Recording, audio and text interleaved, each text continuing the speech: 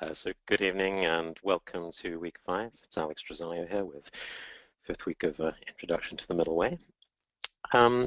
Just a brief review of what we did last week. We finished the refutation of the true existence of the self of phenomena. And this week we're going to turn to refuting the true existence of the self of the person. And as Gorumpa, the Sakya commentator, said, this is the order we did. This is very important because until you have a firm understanding of the selflessness or lack of true existence of phenomena, you can't abandon attachment to the self of the person. And as we'll see this week, a really big reason for that is because phenomena are the substantial base, basically what we point to when we say what is the self, right? What constitutes the self. And as we'll find out, most of our opponents, or all of our opponents, have some kind of substantial, truly existing base based on some kind of phenomena, which is the basis for their clinging to self. So that's what we're going to refute. So in terms of our aim on the path, as you know, we want to overcome self-clinging, since that is the root of samsara. And so from a view perspective, we want to refute the view of the truly existing self of the person. And so most of what we're going to spend our time on this week is talking about the relationship between the idea of the self and the base of imputation. So we're going to go through this several times, but I'd like to just try and explain what this means. So the idea is our clinging to self is based on an idea of self, which in turn is based on some kind of base, according to our opponents. So as an example, if a crow comes to a field and sees a scarecrow, what it's actually seeing is some pieces of wood, some cloth, which the farmer has put together to look like a person.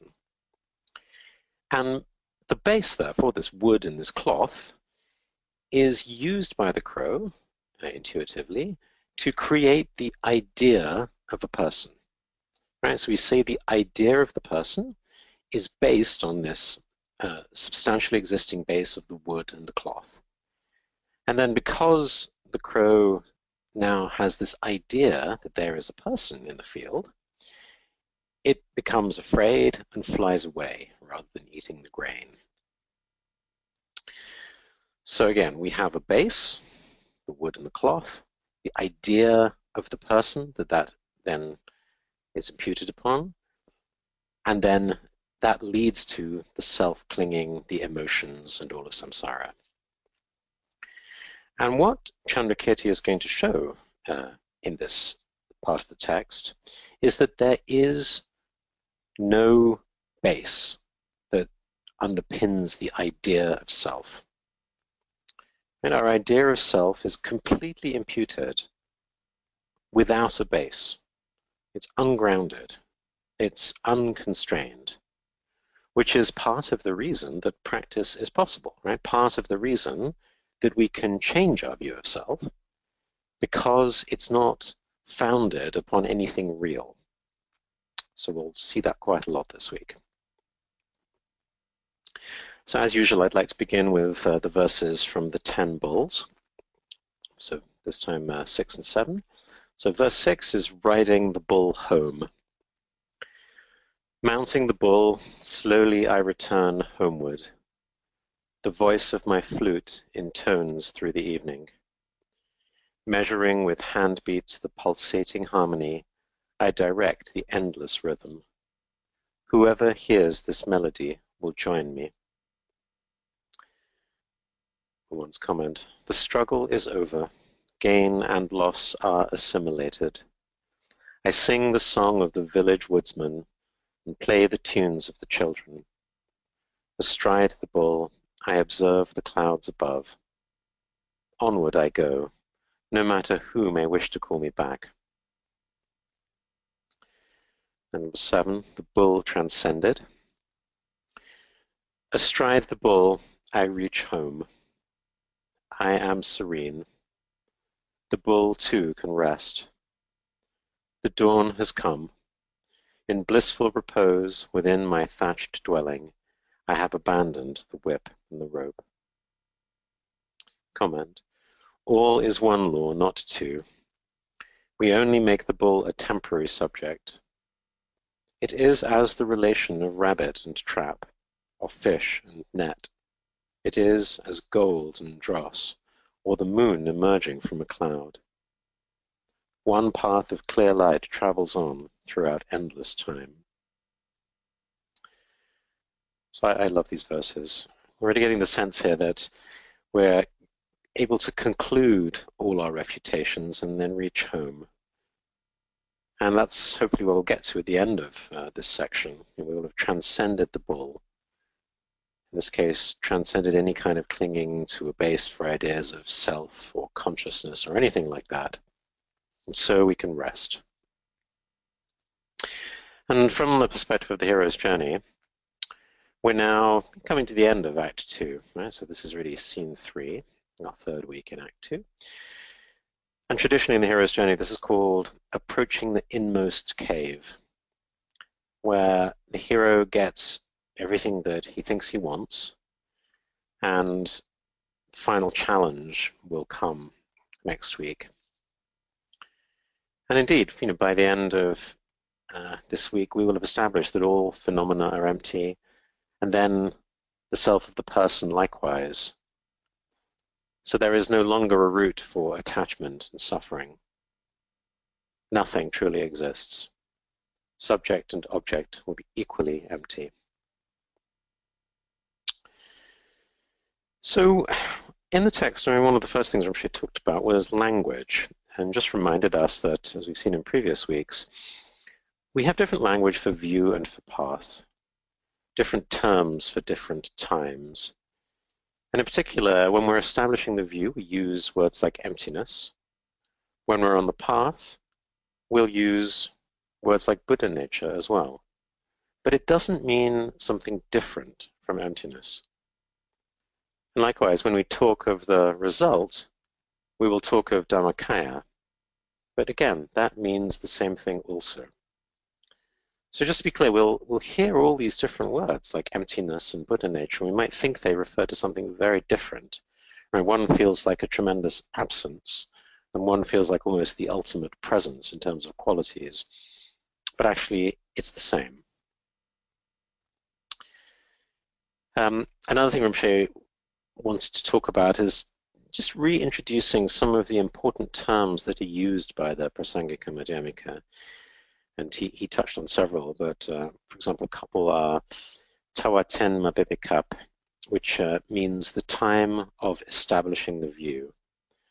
So again, to differentiate the time of the view and the time of the path, right now we are in that time of establishing the view.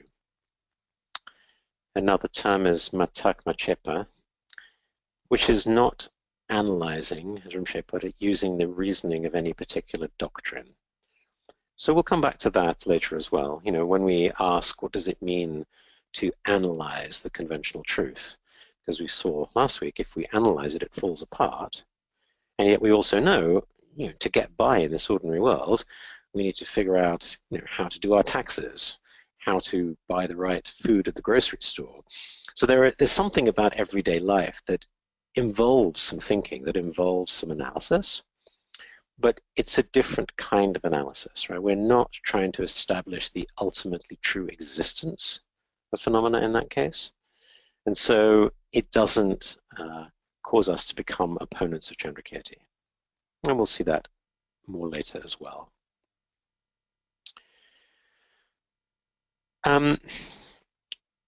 So in week 4, we showed that we eliminated the 4 possibilities for true arising. We saw that phenomena could not arise truly from either self or other or both or neither. So there's no arising in the ultimate truth.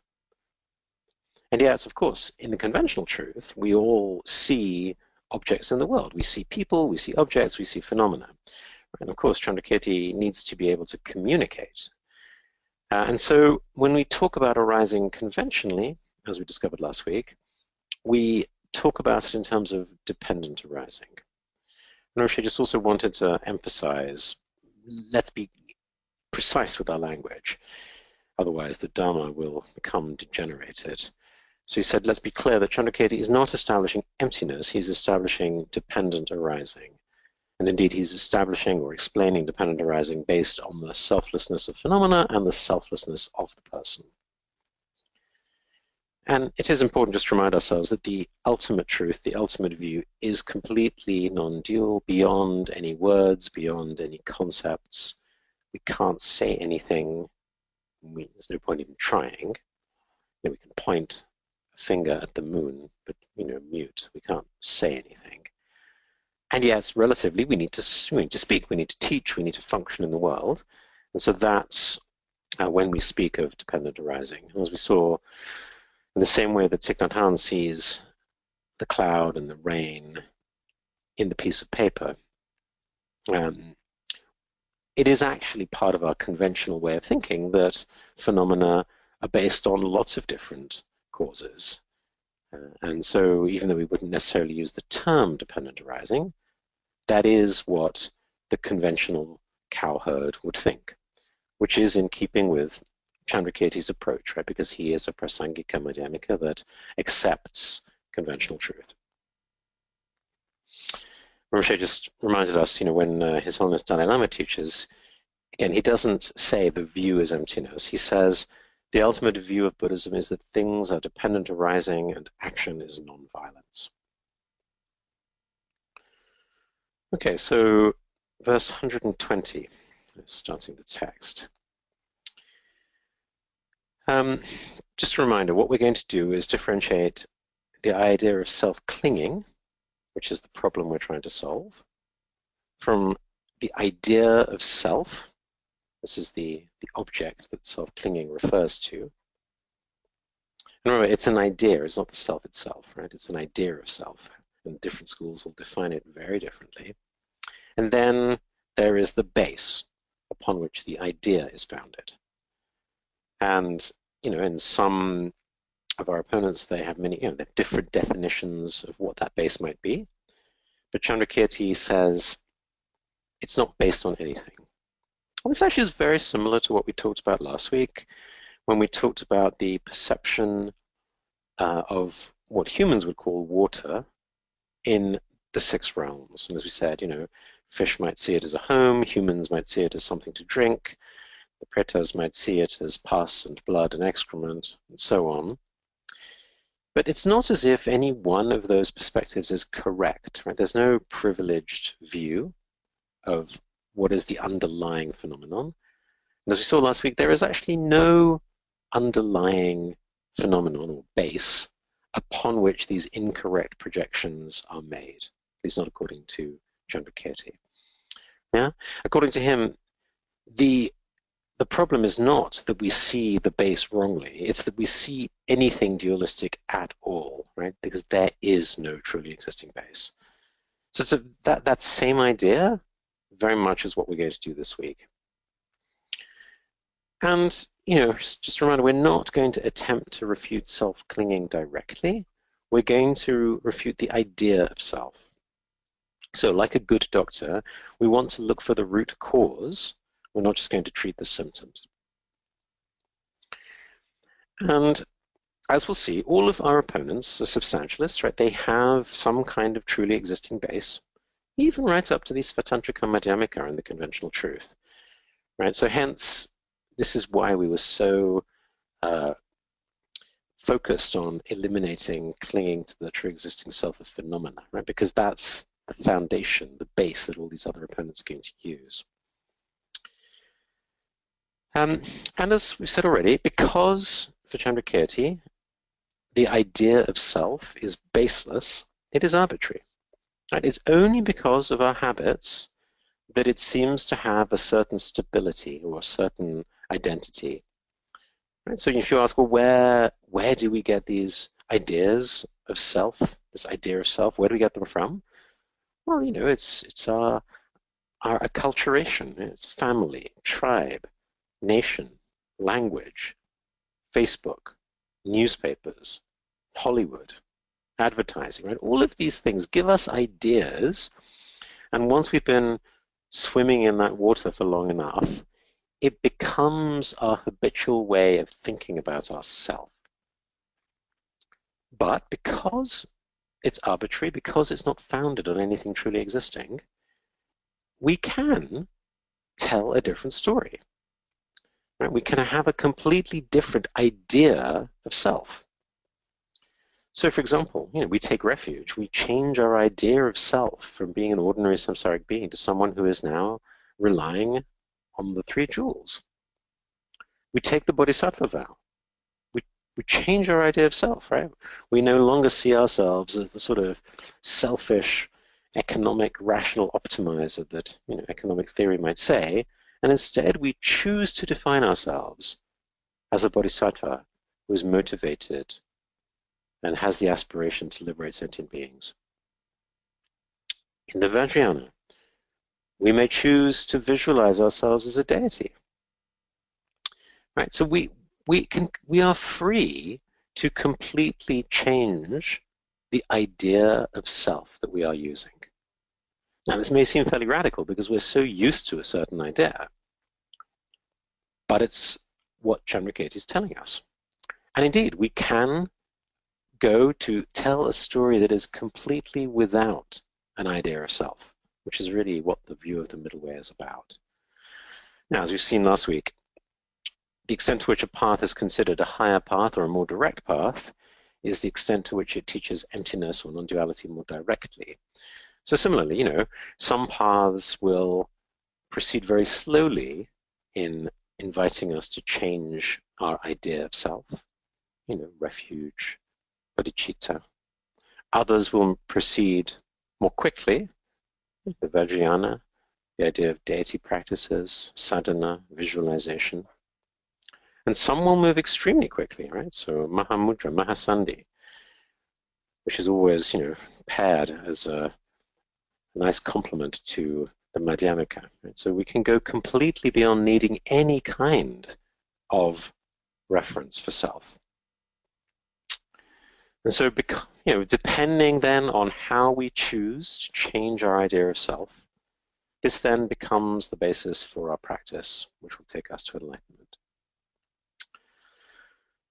So now I've spent a little time talking about what is the base for the idea of self. Now, briefly, the Buddhist schools, we know, as we saw last week, the Vaibhashika, the realist schools, their base is atoms. Right. The Sautrantika, they're already representationalist. In other words, they're not saying the atoms themselves are the base. We're not directly referring to the atoms. We're referring to some kind of imputation that is based on the underlying atoms. Yeah, Chittamatra even more so, also representationalist. The base is alaya. And again, we impute based on top of the alaya, as we discovered last week. For the Prasangika, there is no truly existing base, right? It's a baseless base. So those are the Buddhist schools.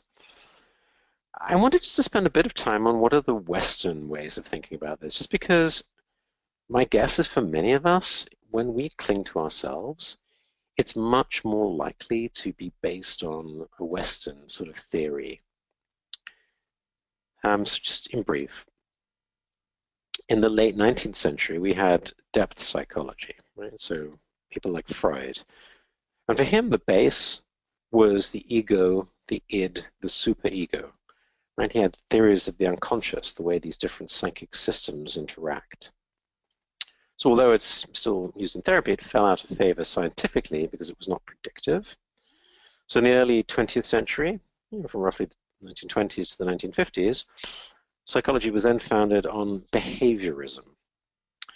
Right, so this is the idea that the environment is the cause of our behavior. It's a theory that stimulus leads to response. So based very much on Skinner's work on rats pressing levers in the lab, we discovered that behaviors can be conditioned, right? If we reinforce and repeat, people will learn things. And I think it's very interesting because it's very similar to the idea of the Chittamatra and the storehouse consciousness, right? The idea of behaviorism is that we somehow store all of these stimuli and these habitual behaviors, and the more we do something, the stronger it becomes, hence repetition and reinforcement. And although that fell out of favor in the 50s, it's actually recently come back into favor. There's a lot of people are using it for things like website design, right? It turns out that there is a way you can use behaviorist theory to get people addicted to your web.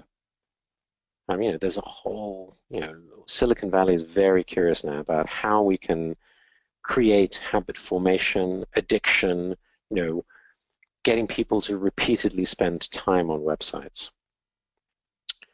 And also this idea of, the environment as the primary reference point and the cause of behavior is very much related to mainstream economic theories that grew up at similar times, right? The idea of homo economicus, the narrow rational optimizer that somehow takes in all the signals from the environment and figures out the right thing to do, right? We still think about this in terms of theories of market-based incentives, in terms of, the idea that it's good to pay people more because they'll work harder.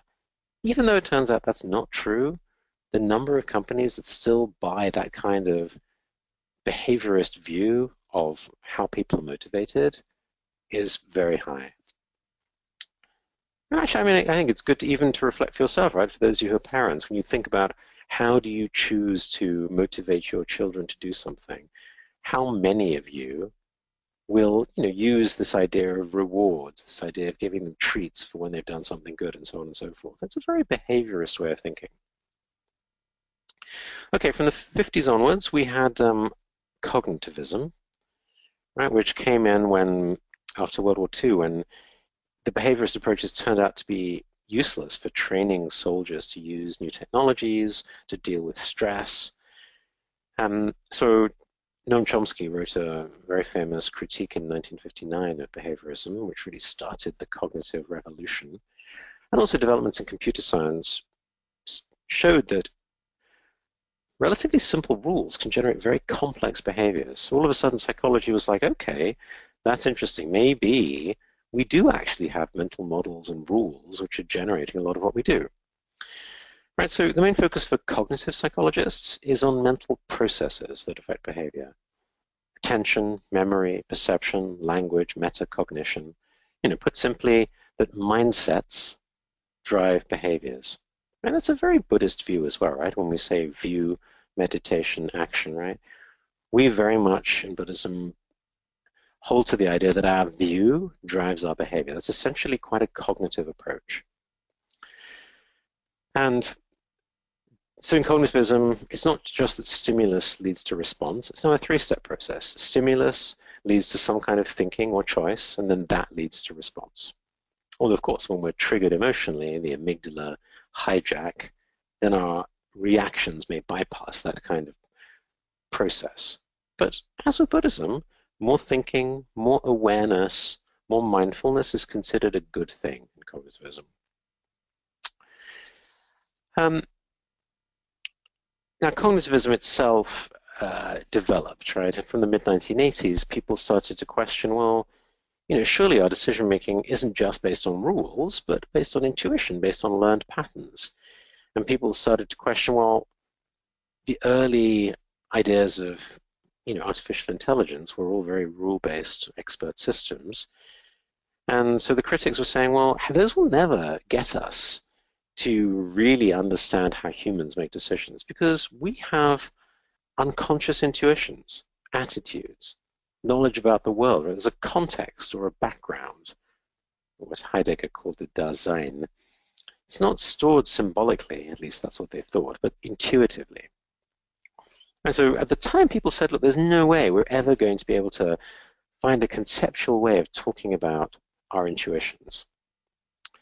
But interestingly, around the 1990s, and then especially in the last decade, this post-cognitivism has actually found a way of getting results in artificial intelligence, right? We found a way using techniques called deep learning, which are based on neural networks, to teach our computers to process information in much the same way that the human brain does. And I should emphasize, it's completely, beyond our rational understanding, right? We can no longer tell a linear story of this is why I did something. Which, by the way, as we saw in previous weeks, when we're telling a story like that, it's never true anyway, right? It's just a justification. It's something we made up. It's just like Thich Nhat Hanh's story of the cloud and the paper. The number of interacting causes and effects that create the dependent arising is far too great to capture in any simplistic narrative. So likewise, when we program computers to engage in this deep learning, they can understand context, background, things that we would normally associate with intuition, but it's impossible for a computer or a neural network to explain to us how it reached a decision. And so going back to Rinpoche's notion of we go from irrational to then beyond rational, now we're actually seeing technologies for the first time that are implementing this beyond rational. We know they are able to give us answers, and they're good answers, but we don't understand how they're doing it. They cannot explain themselves. And actually, I mean, if you were going to, maybe push this a little bit, you could say the idea of neural networks and deep learning are the technological equivalent of the Madhyamaka idea of dependent arising. Right? It comes up with a result, but the way the causes and conditions come together is beyond any rational, linguistic, conceptual explanation.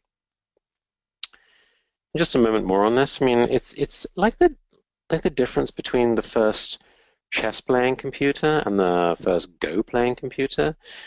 So you may recall that in 1996, IBM's computer Deep Blue beat the then reigning world champion Garry Kasparov. And Kasparov said he felt that the computer at times was showing deep intelligence, but actually, really, it was just brute force, right? The machine was looking 6 to 8 moves forwards and looking at every possible move that it could make and the opponent could make, and it had some kind of evaluation function, and it looked at all the different moves and it assessed which was the best. So it's actually quite traditional form of optimization. There's a lovely story actually of in one of the games, the program Deep Blue made a mistake actually, and it was a bug, but it so caught Kasparov off guard that he attributed it to superior intelligence of the machine, so much so that in the next game he really wasn't playing his best because he'd been emotionally knocked off his center. So interesting in that, again, we might attribute intelligence to a machine like this, but really there wasn't anything approaching human creativity or intuition. But now fast forward to 2016, last year, with DeepMind, the company that built the program AlphaGo, which is a Go-playing computer built around deep learning. And now, it was said at the time that Go is considered much, much more difficult than chess for computers to play because there are so many positions on a Go board. If any of you play, you'll know this, right? It's a huge board, and so the branching, the number of possibilities, means that the brute force kind of computation that IBM's Deep Blue used for chess just cannot be done. So people thought, we can't ever build a computer that will do something to play Go. But it turns out we were able to do that with this deep learning approach. So in 2015, already in October, the program in its first version beat the European Go champion, who was Fan Hui, only second dan out of 9. March 2016, just a few months later, it was the first time it played a 9th dan Go champion, so Lee Sedol, who was number 6 in the world, and beat him 4-1. And by May of this year, it played the world champion, KJ. He's the number one ninth dan also, and won every game against him and against 60 other Go professionals it was playing in parallel. So, I mean, to me, what was interesting about this is partly just the speed with which this machine outpaced human intelligence, right? I mean, in the end of 2015, its rating, so in Go, a player is rated on a system called an ELO system, and the highest in the world is well, the world champion was 3,656. Fan Hui was around 3,000. And so, in the end of 2015, AlphaGo was around 3,000 also. By 2016, it was as good as the world champion. This May, it was 4,750. So, it's way beyond anything that any human could ever do. It's a little bit like for those of you who've seen the movie Her, with the story of the artificial intelligence. Similar kind of story, right? Yeah, there's a lot of interesting philosophical questions around that, which is, for many, many centuries, we've taken pride in our human uniqueness of being intuitive, being creative. But now we have computers that can do things that any human observer, and indeed all the Go champions watching these matches said, wow, this AlphaGo machine is doing beautiful, amazing, creative, intuitive things. Right? So the number of things that we may consider intuitively human is decreasing. Well, maybe from a Madhyamika point of view, that's actually a good thing, right? There's less for us to cling to. But it's, no, just to close that story, it's fascinating because so DeepMind took AlphaGo out of competition because it was no longer finding humans that it could usefully compete against. But the Go champions themselves, when they looked at it, they said, wow, we realize so many of our assumptions about what a good Go position is, or even what a good Go move might be, is just based on habit. Because AlphaGo was doing things that were unexpected, not based on human habits. And when the Go masters looked at this, they realized, wow, actually, those are better ideas than we've had ourselves. Right, so I think there's something very, it's very interesting there about these deeply human ideas of creativity, intuition. We think these are so unique, but what are they really? Okay, just back then to the idea of representation, right? We've said most of our opponents have representationalist theories. And just another example, it's like the difference between the old analog movie, where each frame of the movie would have a picture, right? There would be an image, and lots of images would be put together to form the final movie. Whereas a digital video, there are no images, right? It's just zeros and ones. Right? So it's a very representationalist approach, right? There's no underlying substance that looks like the thing it's representing. And actually, I mean, we may think that it's something to do with, higher order cognitive theories of self. But as we said, even animals have innate selves. And if you go down even to our biological system, right, even our immune system, it turns out that our immune system is able to distinguish self from other. And actually, when that distinction breaks down, that's when we get autoimmune disease. Right? It's fascinating. The immune system can distinguish cells that are self based on protein markers that are called antigens, right? And your immune system can look at these antigens and say, this kind of cell is the self, this kind of cell is not the self. And so it will know what it has to protect and what it has to get rid of. And in fact, even, one might say, even single-celled animals, they already needed to make this distinction between self and non-self, right? Even unicellular creatures need to know when they're ingesting food and digesting it. They have to know, are they digesting the food or are they digesting part of their own cellular structure, right? So even the most simple, the most primitive form of life needs some kind of dualism, right? It needs this distinction between self and non-self. Right? So there's representation all the way down. just we'll come back to this as well, but just this idea of a base. So we say the forest is based on trees. Is that true? Is the car based on its parts? Is the whole based on the sum of the parts? Or is it something separate? You know, when we say we have a computer, what is the computer based on? Is it its chips? Is it the underlying machine code? Is it the hardware, the software? I mean, most users nowadays have no idea what is going on inside their computer, right? They're dealing with Windows, they're dealing with folders, they're dealing with icons, all of which is highly representational, right? And actually, a lot of our cognitive science would say that our theories of self are quite similar in the way they function. So, one other thing, actually, in the text, in the readings this week, a lot of what Rinpoche talked about was to do with practice. So I know we're going to talk about practice in week 7, but there's quite a lot here. So I did want to touch on what Rinpoche said here. Because, for example, when we said the Prasangika say there is no base, but the other schools believe there is some substantial base, for the Prasangika, there is no point in refuting the 5 aggregates because the idea of self is baseless. It makes no difference if you have the 5 aggregates or you don't have the 5 aggregates. That in itself is not what is creating this base. Rinpoche, I mean, it reminds me of a story Rinpoche likes to tell.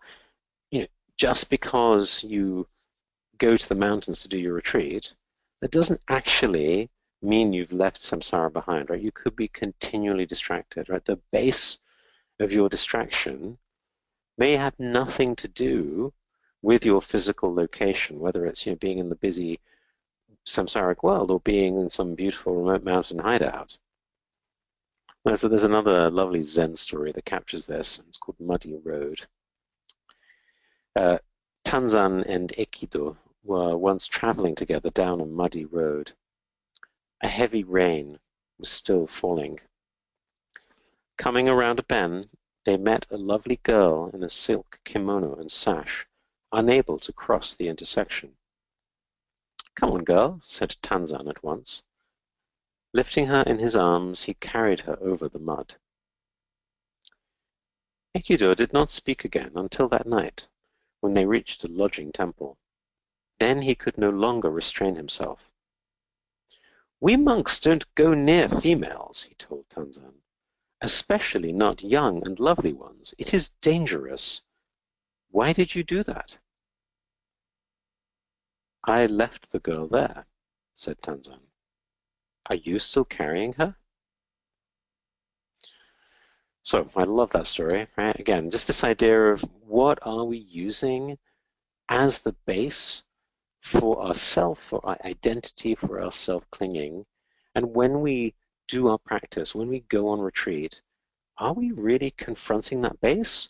Or are we just changing some superficial aspects of our external surroundings? That's super important for our practice. So she also said, it's page 250, when we meditate, meditators say they're meditating on selflessness, but actually he said, I'm sure they are attacking the more gross aspects. And indeed, a lot of our practice, we think about purifying the emotions. We work on a gradual path. We practice the paramitas on the bhumis before we realize the view. But it doesn't have to be that way. Now, several of you asked questions during the week about what does emptiness or non-duality mean for practice. I want to tell a lovely story that Rinpoche, actually, he taught in the Uttara Tantra teachings, so you can also download this text.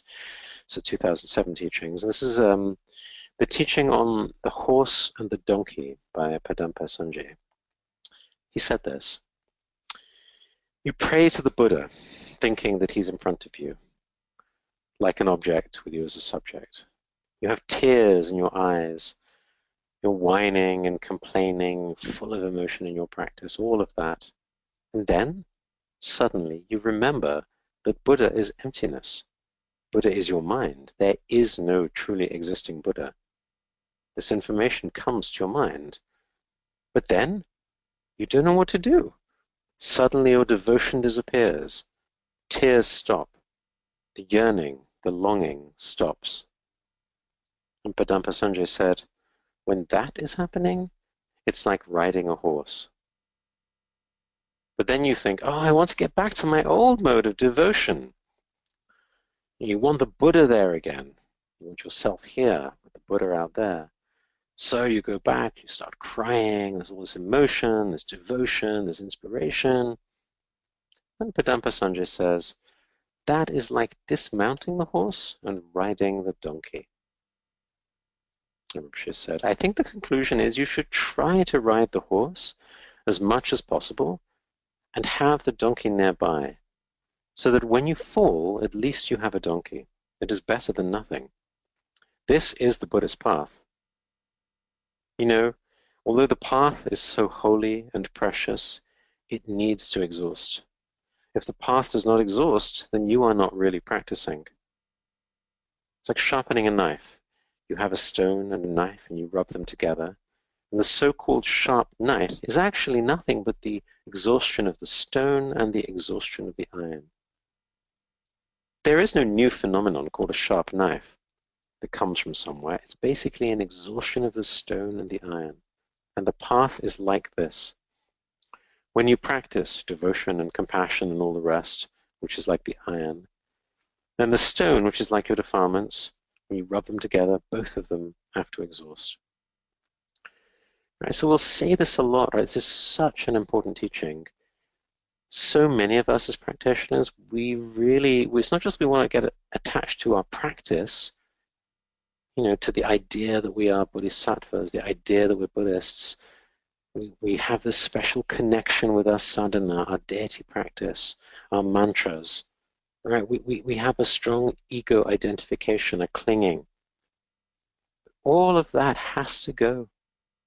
And also, as Rinpoche said, it's not just the practice, but the experiences of practice. They also have to go. Right? Only then can we say we are really bringing the view of emptiness to our practice. Only then are we really riding the horse.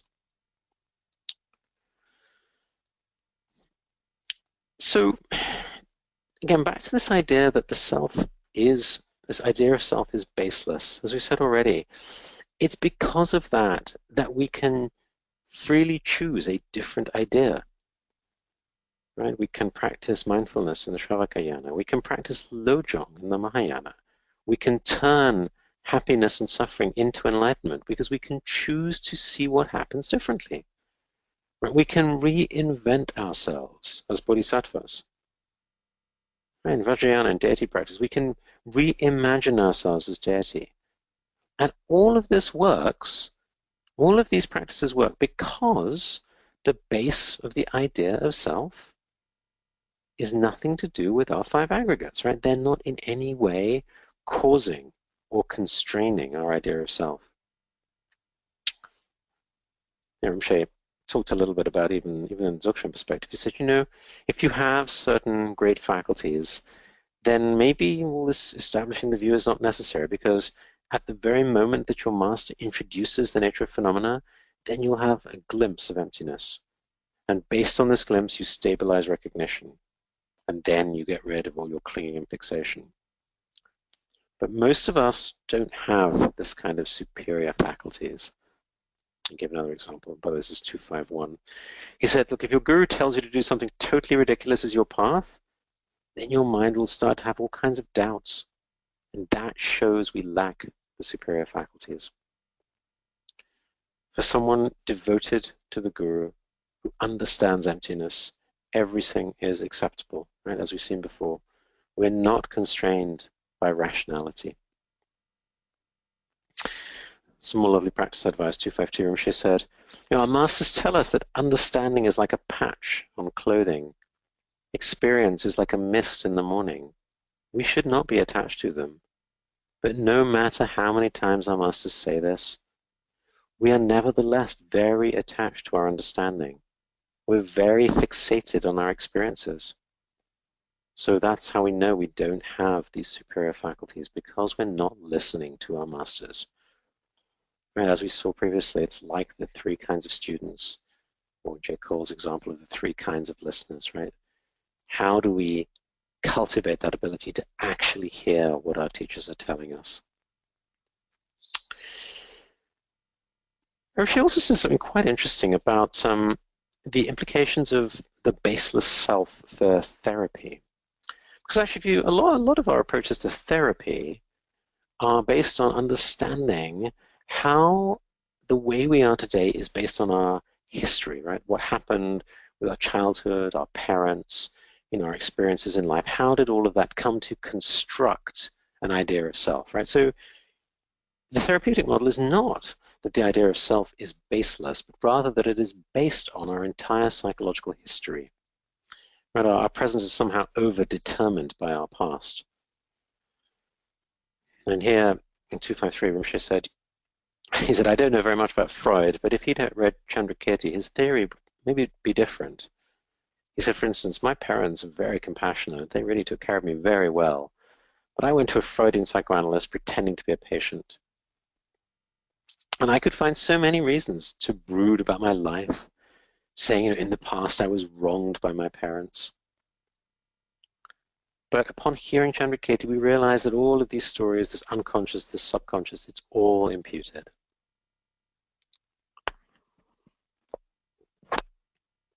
So another way of thinking about this is it's a lovely story, it's a true story actually. A pair of twins who both grew up in a family with a very abusive father. And they were interviewed by some researchers.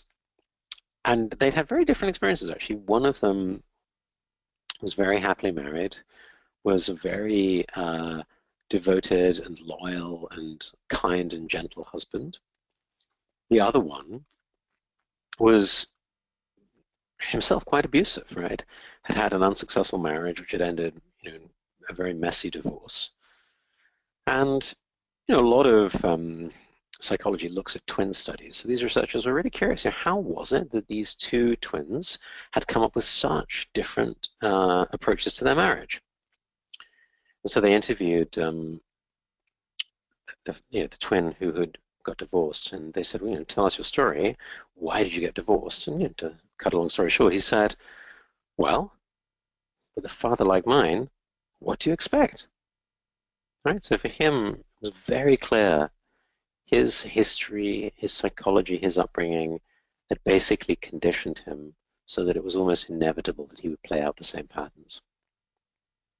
So they interviewed the other twin, wonderful, happy marriage, and they said, well, why are you like that?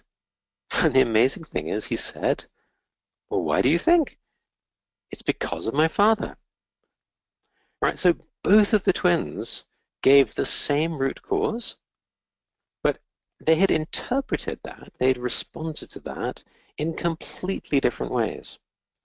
Right, so actually, even in the realm of psychology, we can see that the way we choose to interpret our life experiences is not deterministic, right? We get to choose what story we tell based on what has happened in our lives. So very, very much aligned with Chandrakirti's approach, right? Whatever we choose as our self-narrative, as our story, our identity, we can't make excuses based on our past, right? It's a baseless story, a baseless idea of self. We are entirely responsible for that choice. So I think this is very useful practical advice for all of us, right? Whenever in your life you find yourself justifying who you are, justifying what you do, justifying what works about your life and doesn't work about your life, and trying to, blame it on your parents or something else, just be aware that whole attempt to impute some kind of causality, that is your wrong view, right? Because it's a completely baseless narrative. If you wanted to, you could change the story you're telling. Now, again, we know that's not easy because our habits are very strong, but let's be clear, it's just our habits. There is no actual reason that you are the way you are, right? Nothing you can't change, which, again, very liberating, right? Because it means the Dharma path is possible. It means practice does make sense. One other example. I mean, when we think of, love, true love, two very different ways you could think about it, right? One way is unconditional love. You love someone unconditionally, right? It's baseless. It is not dependent on what they say, what they do, who they are, right? You're holding that idea of them. You're choosing to be in relationship with them uh, based on your baseless idea of what it is to be in love. Likewise, somebody else could say, I choose to love you if you treat me well, right? If you're kind to me, if you don't cheat on me. Or maybe, I choose to love you when you're rich or young or beautiful or who knows what, right? But all of those ideas, they're clearly conditional. And just as we saw with our narrative of self, they are saying that our notion of love, right, our story of ourself, our identity in this relationship, we're saying there's some kind of basis, some kind of base. And as Chandrakirti would tell us, you're just making excuses, right? None of that is real. Also important as we think about our Mahayana practice, right? When we think about the four immeasurables, when we think about the six parameters, many of us struggle with this idea of like, can I really be generous, right? Can I really have patience? My goodness, there are these people in my life that are so difficult. I don't have very much. How can I possibly give to others? Right? We have all these stories, these excuses, these narratives, and just be clear, again, from Chandrakirti's perspective, we are trying to impute a base for our story of self when actually it's completely baseless, right? So just be aware, any of these excuses we're making, they are excuses, they're justifications. And if we wanted to, we could choose a different story, right? So I say that primarily to be really empowering, just to emphasize the possibility here, but also just to encourage us to be honest with ourselves, right? As we said last week, Rinpoche's practice advice comes from Milarepa. Practice is not fooling oneself. And we're so tempted to make excuses in our lives, but actually we have the freedom, right? We have that accountability because there's nothing about our story of self or idea of self that is based on anything. Actually, Rinpoche also said 248, he was talking about, many theoreticians, right, our other schools, feel that we need a base for talking about rebirth or karma. But similarly, this is a big misunderstanding of self, right? It's not based on the body. It's not based on the five aggregates. So I know in the forum already there's been quite a debate around reincarnation and rebirth. Let's just be clear. If we are trying to base our ideas of rebirth on any kind of base, we are going to be refuted by Chandrakirti. Okay, so 121, now refuting. Now traditionally in the Shedras when this is taught, students will refer to the subchi, right, the structural outline. As we saw, there are these logic trees at the back of the text. And in this case, the tree we're going to look at is number 4. It's just the structure. There's 3 main high-level parts to our argument. First, we're going to refute that the person is substantial. Secondly, we're going to present the person as dependently imputed. That includes the famous sevenfold analysis of the chariot. And that's verses 150 to 165.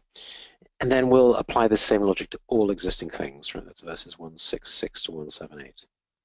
Now, within the first of those categories, so 121 to 149, that has 2 subcategories. First, we're going to refute the idea of the self as existing with 5 aspects. And then within that, there's 4 subcategories, which is very reminiscent of the way we refuted self as phenomena, right? Remember we said we refute arising from self, other, both, or neither, and then once we'd refuted all those 4, we were left with dependent arising. And we're going to do something very similar here. Here we're going to have 4 ways of, that self could be substantially existing. It'll be the self and the aggregates. Are they different? Are they the same? Do they exist as support and supported? Do they exist as possessor and possessed? Right, we're going to look at those 4, and we're going to refute all 4. We're also going to refute the indescribable idea of self, and that's what's going to lead us to conclude the self is dependently imputed. Right, so that's the structure. So 121, the first of our opponents we're going to meet is the Samkhya. Now we've met them before. in week 3. Just a quick review. They distinguish between the Purusha and the Prakriti. So Prakriti is nature, Purusha is persons. Nature, the Prakriti, is singular, persons are multiple. They're both truly existing, eternal, and independent of each other. Right? The Purusha, the person, the self in this case, is essentially unchangeable, inactive, yet conscious. Whereas nature, the Prakriti, that includes all the usual material stuff, but it also comprises the gross body and what's called the sign body of the Purusha. And that is, among other things, how the Purusha knows the world, right? Its epistemological apparatus, but also it's the part of the Purusha that transmigrates, right? That goes to rebirth. So that is the stuff of the self is all part of the Prakriti, but the awareness is in the Purusha. And as you may recall, the way that the Samkhya think we escape samsara is the only way is that the Purusha realizes that the Prakriti and the Purusha are different, and the Purusha loses interest in the Prakriti. Okay, so here in 121 we list 5 views that are attributed to the Samkhya. And as you see, we've just covered these. The Purusha is experiencer of the Prakriti. The Purusha is permanent. The Purusha is not a creator, because indeed all that happens within the Prakriti. The Purusha has no qualities. Indeed, only the Prakriti has these qualities of Rajas, Tamas, and Sattva. And the Purusha does nothing. Now, you may listen to this, you may think, well, this is a completely crazy theory. How could anyone believe such a thing? Actually, intriguingly, in contemporary cognitive science, there are people who would say that our consciousness is an epiphenomenon, which is almost the same as Purusha, right? It's almost a byproduct of what happens with the material processes in the brain, and it doesn't actually do anything itself. So we'll come back to this later. But so, these seemingly ancient theories like the Samkhya, they're alive and well, even in the contemporary world. Okay, so 122. We're going to refute this in 3 parts. Firstly, it can't exist because it doesn't arise. Remember, anything permanent doesn't arise, as we've seen before. It can't be a base. And then thirdly, even in the relative truth or conventional truth, we can't say this kind of self exists because we can't see it. We had a bit of a conversation here about what is the right word? Is it permanent or is it eternal? So just looking at the definitions in the dictionary, permanent means lasting or intended to last or remain unchanged indefinitely. Right, so some of the synonyms are lasting, enduring, indefinite, continuing, perpetual, everlasting. Whereas eternal has this concept of almost being beyond time. It says, definition is lasting or existing forever, without end or beginning. Example, the secret of eternal youth. And there was a debate in France, quite interesting actually, if you want to read it, that in Christian theology, eternal and permanent are seen quite differently, and only God is eternal, as in beyond time, whereas the soul, the individual soul, is considered within time. So it may be permanent, but it is not eternal. Okay, so actually a lot of the verses here, they're really not very complicated once you understand this notion of the base being truly existing. So 123, so in 122 we refuted its nature. In 123 we refute the particularities, right? So if we say the self has 5 aspects or 3 aspects or 9 aspects, where there are many different sub-schools here which have these different views, they're similarly refuted. They cannot exist because if they are indeed part of a permanent self, these sub-aspects must also be permanent, therefore not arising. So 124.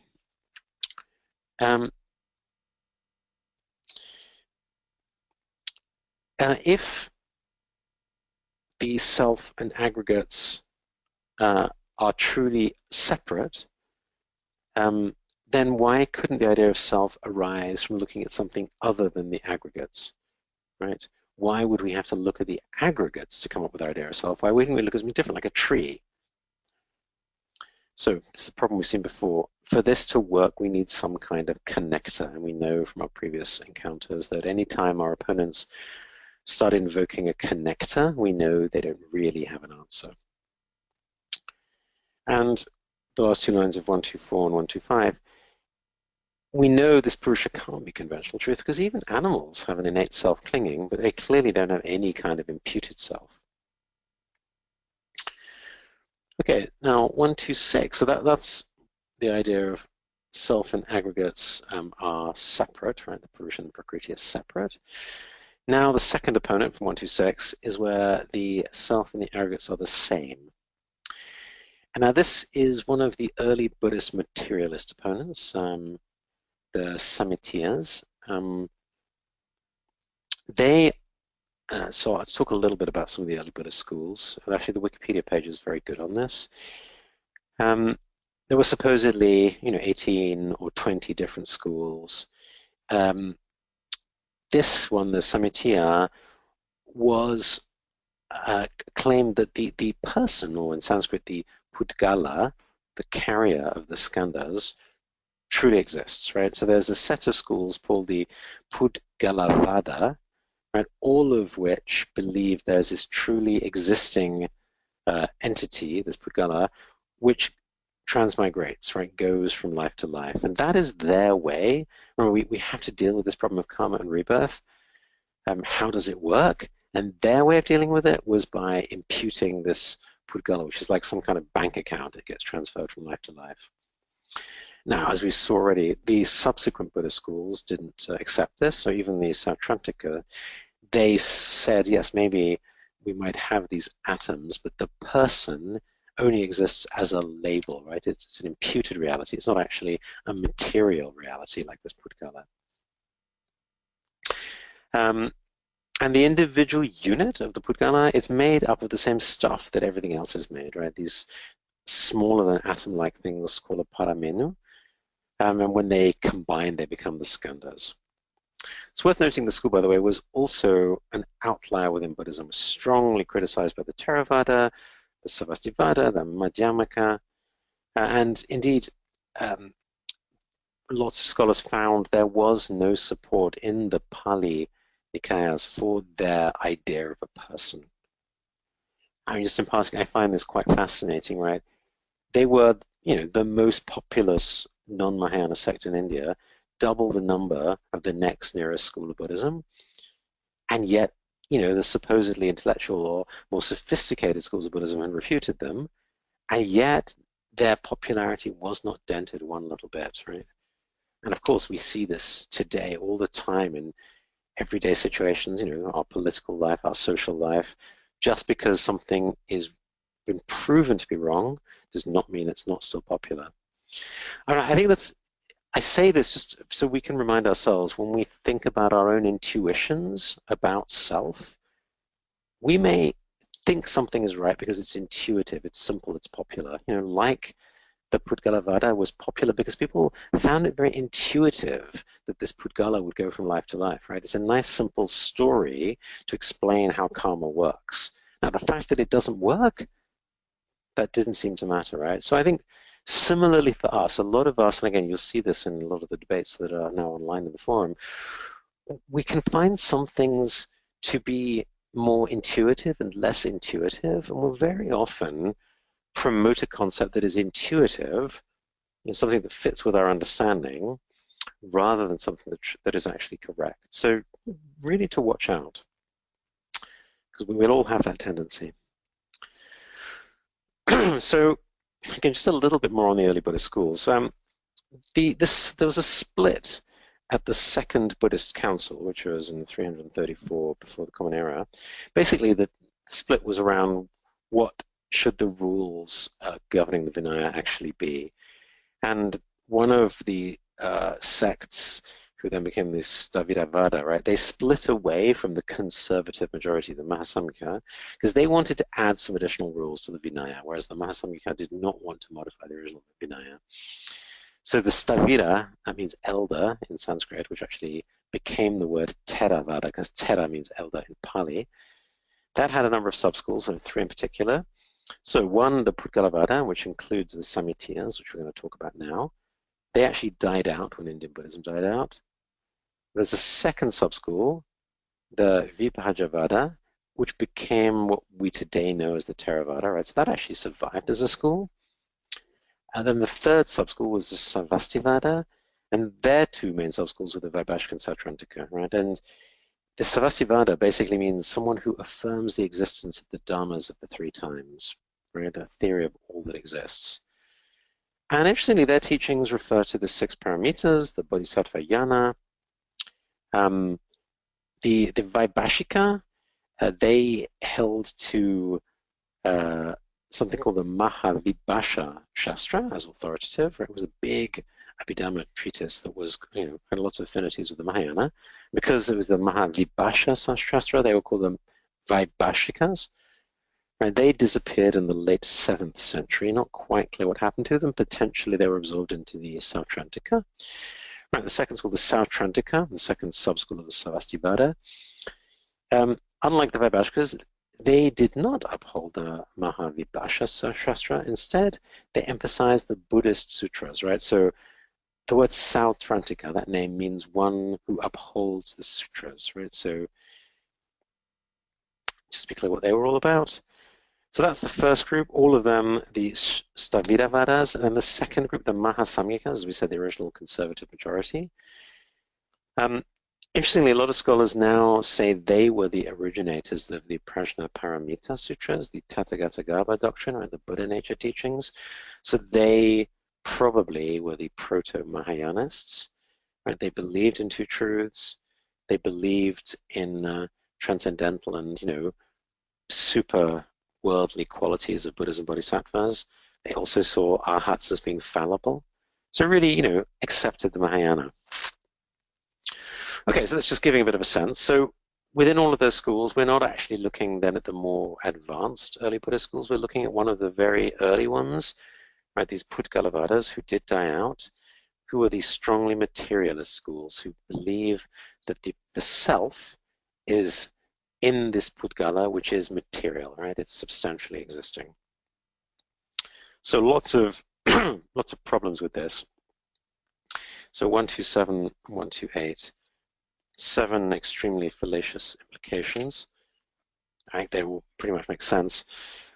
First, multiple cells, because there are multiple aggregates and each of them supposedly truly exists, there should be multiple selves corresponding to these truly existing aggregates.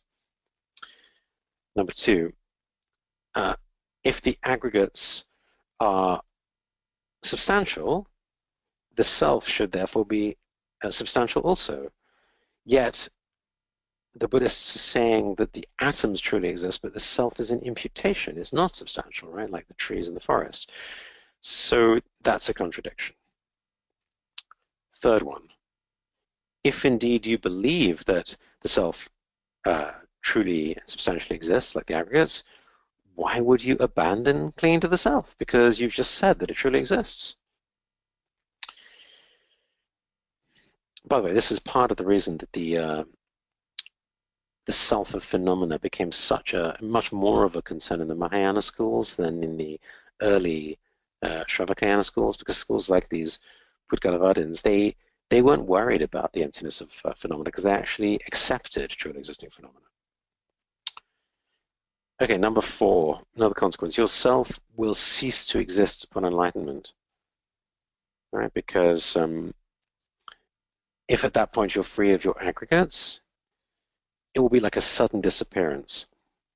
And we'll see this again later, right? I mean, if a yogi manages to attain selflessness or enlightenment, he is therefore killing someone, right? He's destroying a truly existing self. Again, back to all the debates people are having online about rebirth, a lot of confusion comes from this idea that we think the West, especially Western science, is saying there is a truly existing end to a person. And indeed, if we thought the person was truly existing, then it would be equivalent to this, Pudgalavadin idea that, death or enlightenment would be a problem. But, is that true? When Western, especially scientists, are talking about the person, are they really talking of true existence? Yeah, I don't think so, right?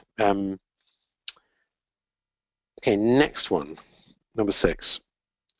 There will be no enlightenment, right? If there is no ego, no self, who gets enlightened? Actually, it's a great question we can all reflect on. We all think that we have a self. We all think we're practicing the path. We all have this narrative that one day we are going to get enlightened. But if there is no me, how can there be a me in the future that gets enlightened? It's a very paradoxical story, right? Back to where we were in the first week. A lot of the Buddhist path, once we start to look at it, really starts to make no sense at all. Okay, seventh consequence, karma will not function, right? Because if the self is based on aggregates and the aggregates keep changing, the creator of karma will then no longer be the same person who receives the result of that action. Again, that's why we need the connector. In fact, you could actually say a lot of the different theories and explanations in conventional truth of these schools are to explain how this connector works. Now, how does dependent arising actually function?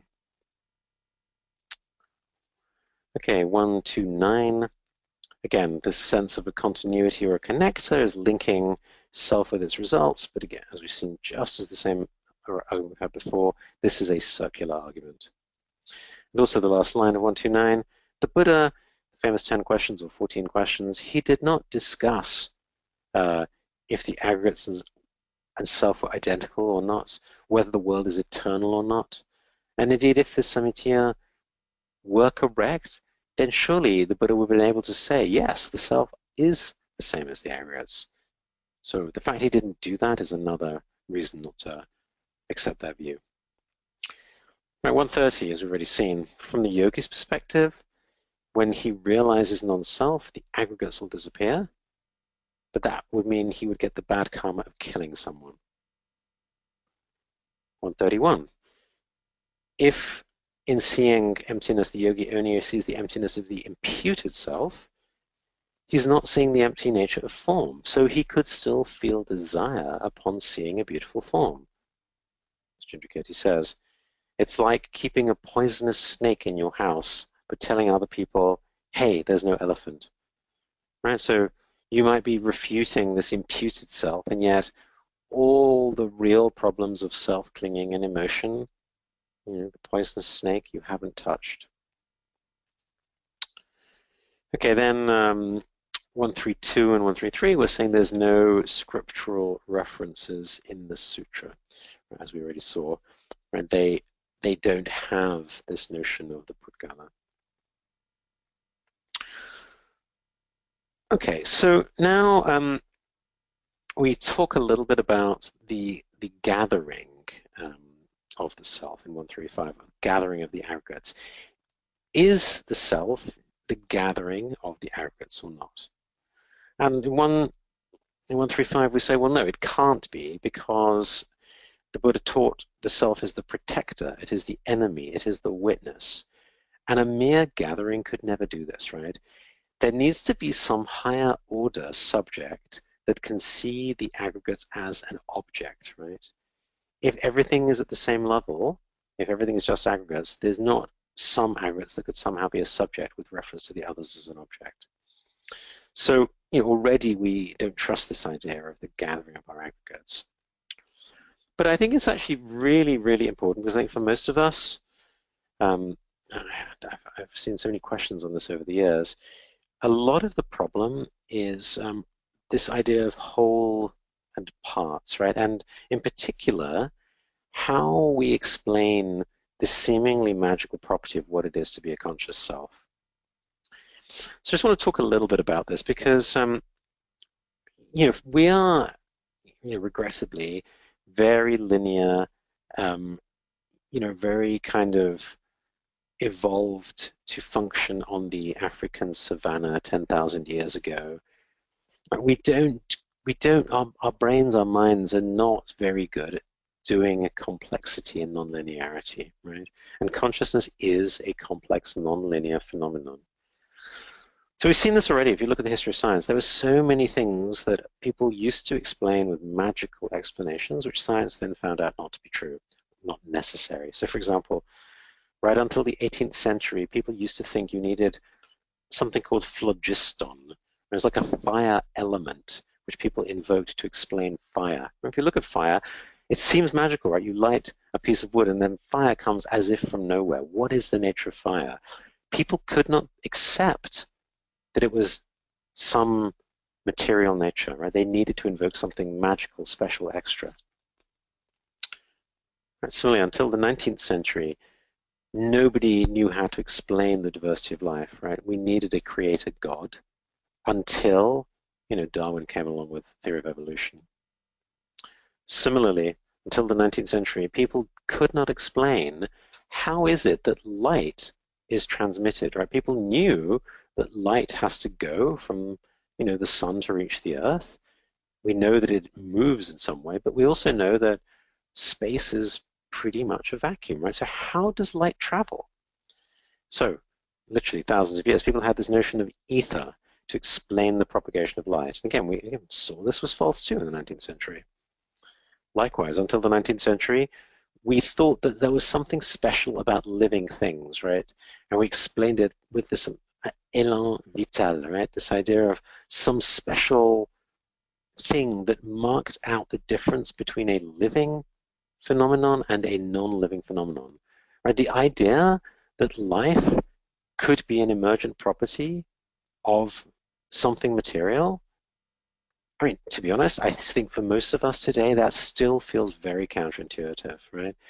Because life feels very special. It feels more than just something material. And we all know, right, when we die, we still have all our material elements present, and yet this magical extra thing, right, this life, whatever it is no longer present.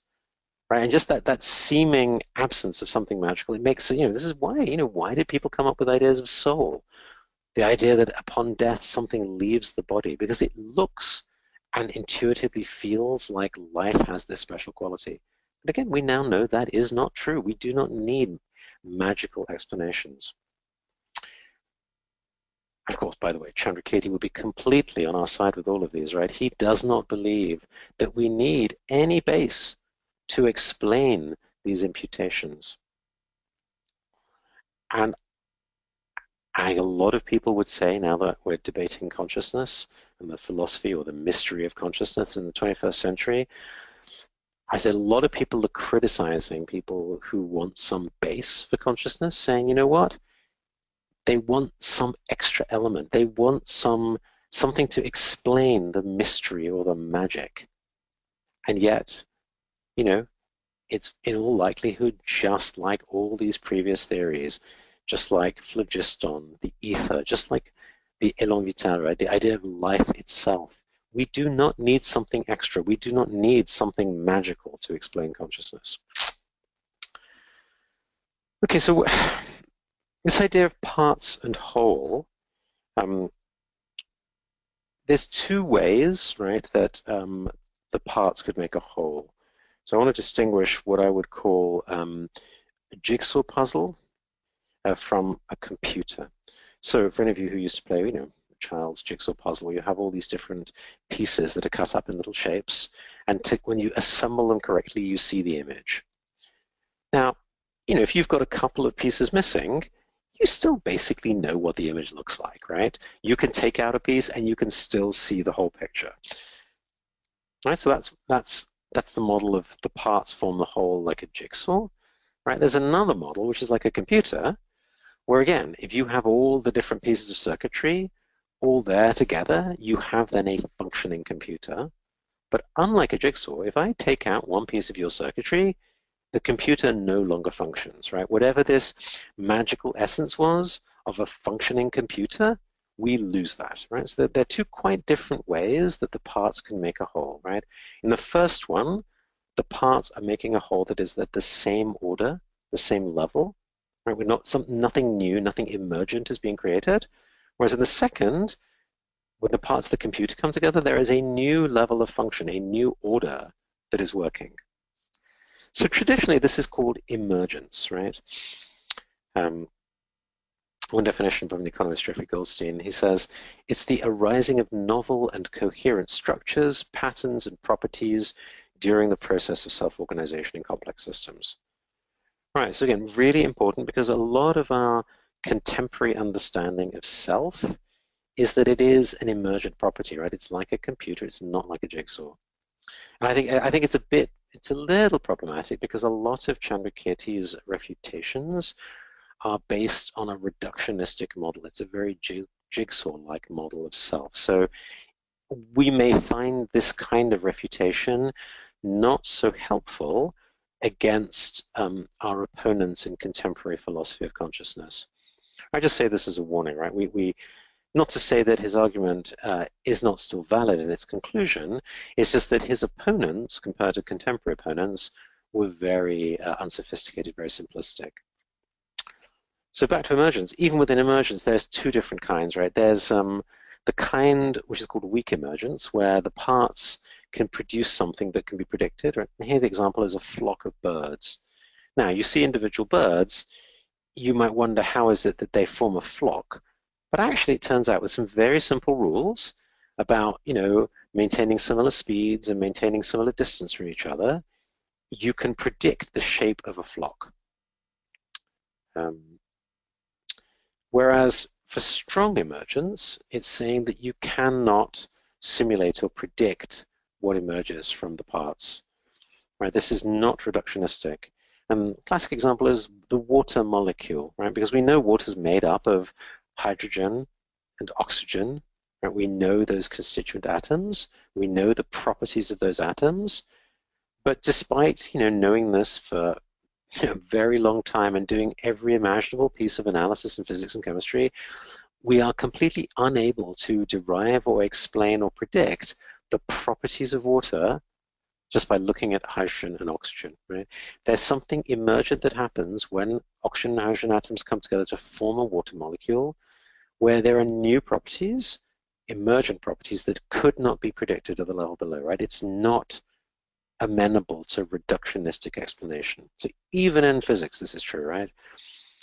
And of course, that much more so when we talk about mind, about consciousness, about self-awareness.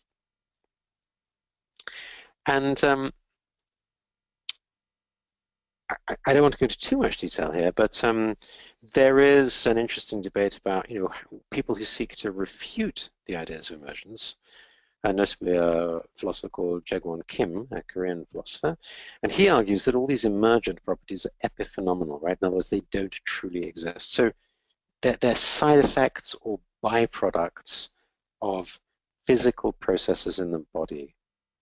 So, for example, you would say a mental effect has no independent causal efficacy. It's a bit like saying fear seems to make the heart beat faster, but we would argue, or could argue, that fear is an epiphenomenon because the state of the nervous system causes the heart to beat faster, right? There's nothing added by referring to this additional concept of fear. Right, it's not to say that we may not experience fear, but you don't need the concept of fear to explain why the heart beats faster. So similar, actually, to this notion of, as we said before, Purusha and Prakriti, right? If we're saying that the Prakriti does everything that's needed for the world to function, then consciousness in the Samkhya model doesn't actually do anything to affect the material world, right? It's epiphenomenal in the same way that some people would say consciousness is. And there's, for those who are interested, there's a lot of neuroscience evidence about why we should consider consciousness to be an epiphenomenon. Right, some of the oldest experiments are what's called the Bereitschaftspotential, right, the readiness potential, where when we take a voluntary action, you can measure the nervous impulse, and you can see that the nerves are already sending impulses up to 2 seconds before we have conscious awareness of choosing to make the decision. Right? More recently, Benjamin Libet, very famous experiments showing that it can be half a second before a stimulus, right, like somebody pricking our finger with a needle, becomes part of our conscious experience, so like 500 milliseconds, even though we can react to that stimulus in only 200 milliseconds, right? So there's all these examples where we are able to do things that we are completely unconscious of, right? And so a lot of cognitive scientists are saying, well, if then our consciousness comes after we have already chosen to act, we've already responded in some way, what is consciousness adding, right?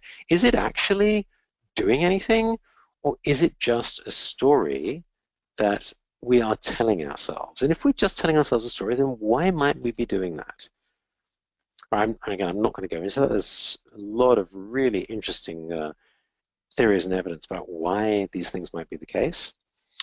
I just want to say, within the debate right now, one famous philosopher is called David Chalmers, and he argues that our subjective experience, which he calls qualia, they are epiphenomena, right? So he does not see them as doing anything. He doesn't see consciousness as having any function whatsoever. And his example is, he says, imagine Pierre and a robot are both eating a cupcake. Unlike the robot, Pierre is conscious that he's eating the cupcake, right? This subjective experience is called qualia, and it describes the private feeling, the subjectivity of what it is like, right? So although Pierre and the robot are doing the same thing, only Pierre has this inner conscious experience. It's also called the zombie problem. But Chalmers would say he may well have that experience, but it doesn't actually make any difference in terms of behaviors in the world. It's actually a very Samkhya kind of theory. Now, against this, we have other philosophers who argue, well, firstly, if epiphenomenalism was strictly true, the mind should not be affected by physical things. So how would our brains ever know about our minds? Another critic is Daniel Dennett, who rejects both epiphenomenalism and the existence of qualia with the same charge that Gilbert Ryle leveled against the Cartesian idea of a ghost in a machine. And he's saying, you know what? Comparing mind and body, it's actually a category mistake, right? Because a conscious experience, right, qualia, they do not belong to the category of objects of reference, but rather to the category of ways of doing things. Right, so beyond what we're going to cover now, but just to say, very rich debate, and just to make the point that a lot of our intuitive ideas about ourselves certainly are not as sophisticated as what our contemporary philosophers know, but even some of our contemporary philosophers, they are just reinventing ideas that are some of Chandrakirti's opponents. Right? So, Chalmers is recreating a Samkhya-like view. Okay, so 135. We saw that if the 5 aggregates are like a collection, then it's like the example of the chariot. Now we're going to come to the example of the chariot later in 151, but it was already a very popular example before Chandrakirti, right? So already the idea was the sum of the parts does not create this new higher order phenomenon, right? There's a baseless idea of the whole. Just like hydrogen and oxygen, you can put together all these atoms, and that will not create this new idea, this baseless idea of water, right? So 136, shape cannot be mind. Well, because shape is part of the skandha of form, and so mind cannot be self, as mind has no shape. Again, as we said before, this doesn't really work with our contemporary ideas of self because it's very reductionistic in terms of how it thinks about aggregates and physical form, whereas as we've seen, our contemporary ideas of self in the West, our contemporary ideas of consciousness, they're much more like the computer than the jigsaw, much more based on emergent complexity. 137, nevertheless, and we're refuting the Pudgalavada still, the Samitians. Given that Pudgala is the form aggregate, we have this problem that our agent and our action would be the same. We would have the form aggregate possessing the form aggregates, and that makes no sense. Right, 138, 139. Scriptural authority disagrees. So scripture tells us the 18 factors. So these 18 factors, by the way, they're not the same as the 18 dhatus, because the 18 dhatus is the 6 bases, the 6 external bases, the 6 internal bases, and the 6 consciousnesses. Whereas here we have 6 elements, and then 6 sense organs and 6 consciousnesses. So it's actually a slightly different list, nevertheless. These 18 factors are not the self. The gathering of the 18 is not the self. And the 18 factors are not a base for self-grasping. And this is very much what we also cover in this sevenfold analysis. Haroshi said something lovely on 266. He said, you know, some of us have a romantic idea of gathering or unity, some kind of basis for self. You know, maybe we are clinging to the notion that we need consciousness. Maybe we're clinging to the notion that we need something that is reborn. But let's not forget, right, for Chandrakirti, this idea of self has no base, right? And one other really important thing is, as Rishi says, 267, Chandrakirti doesn't mind the idea that things function at a relative level, right? And indeed, I mean, Chandrakirti functions in the world, right? If he's a car mechanic, he needs to understand why your car's not working. If he has a flat tire, he needs to know that's why your car can't move, right? Or if he were, you know, a Prasangika neurosurgeon, he would need to understand a lot of the complexity of how the physical structure of your brain actually functions. But the point is, none of these things are theories seeking to establish the ultimate, right? So none of these are problematic for Chandrakirti, right? So we said it before, we'll say it again. Science is not an opponent, right? Because science does not establish true existence, right? And we saw this last week, we'll see it again this week. 268, there was an interesting conversation just saying in language, you know, we know that supposedly particulars like trees exist, but universals like forests do not. Although, of course, even a tree is made up of lots of parts, you know, like leaves and branches or cells or whatever. And we eventually conclude, if we analyze, that no entities truly exist, which leaves us with a very interesting problem, that words do not correspond to entities because there are no truly existing entity. Right? So any word, any language that we use is not referring to anything real. So just remember that, right? I think a lot of us can get attached to our language, to our words. We think our words or our concepts are precise. And yes, in the relative truth, it's better to be more precise rather than completely inaccurate. But as Jigmeling said, right, we said last week, as soon as we talk, it's all contradiction. As soon as we think, it's all confusion. Okay, 140, 141. Another problem. If the self are the same as the aggregates, what are we refuting and what are we keeping? Because if the samitias are refuting the self of the person, they're only refuting the purusha, right, not the pudgala. So they are keeping the pudgala, right? Back to this idea of discovering the snake's nest and comforting oneself. It's not an elephant. I think on 272, just again, if you're reading this text, bear in mind it was in 1999, and at that time, Rinpoche, I think his views on science are a little bit different from how they are nowadays.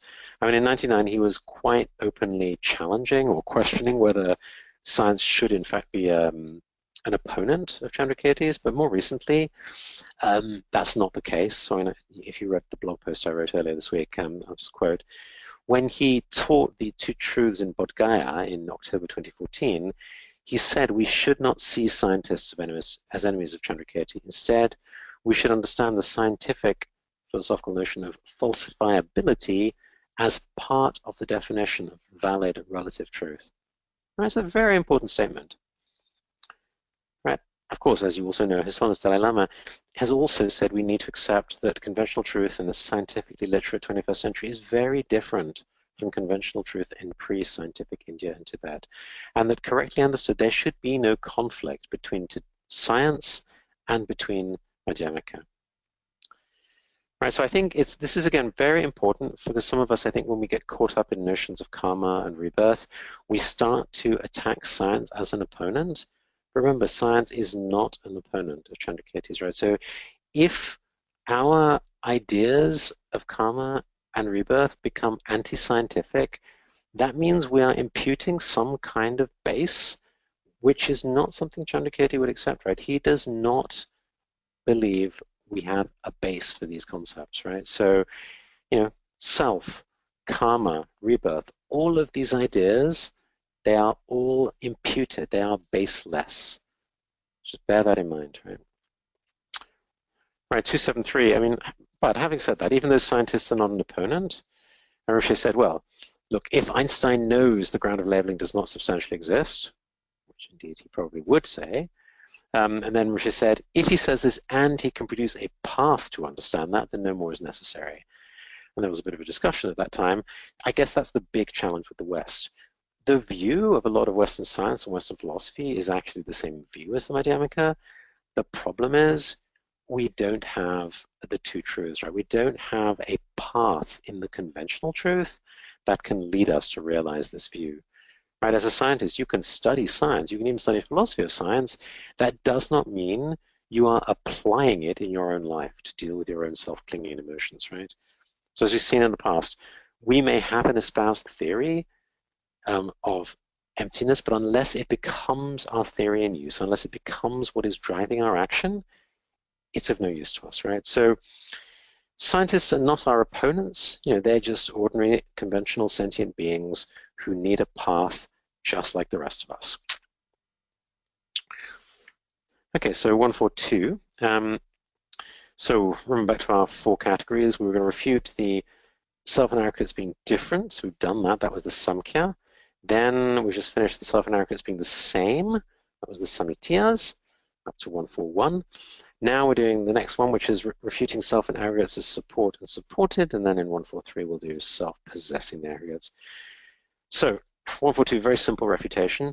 The self and aggregates are not other, right? Because if the Pudgala is part of the aggregates, it cannot be said to be truly other than the aggregates. And for things to exist in a support or supported relationship, or indeed a possessor-possessed relationship, we need these things to be truly other, right? Something cannot support itself. It cannot possess itself in the same way, right? So 143, the self doesn't exist. It cannot possess anything because an unreal thing can't possess something real. Fairly straightforward. 144 and 145. So here we talk about the 20 views of self. So take one of the sets. Form is not self. Self does not possess form. Form does not exist in self. Self does not exist in form, right? These 4 statements.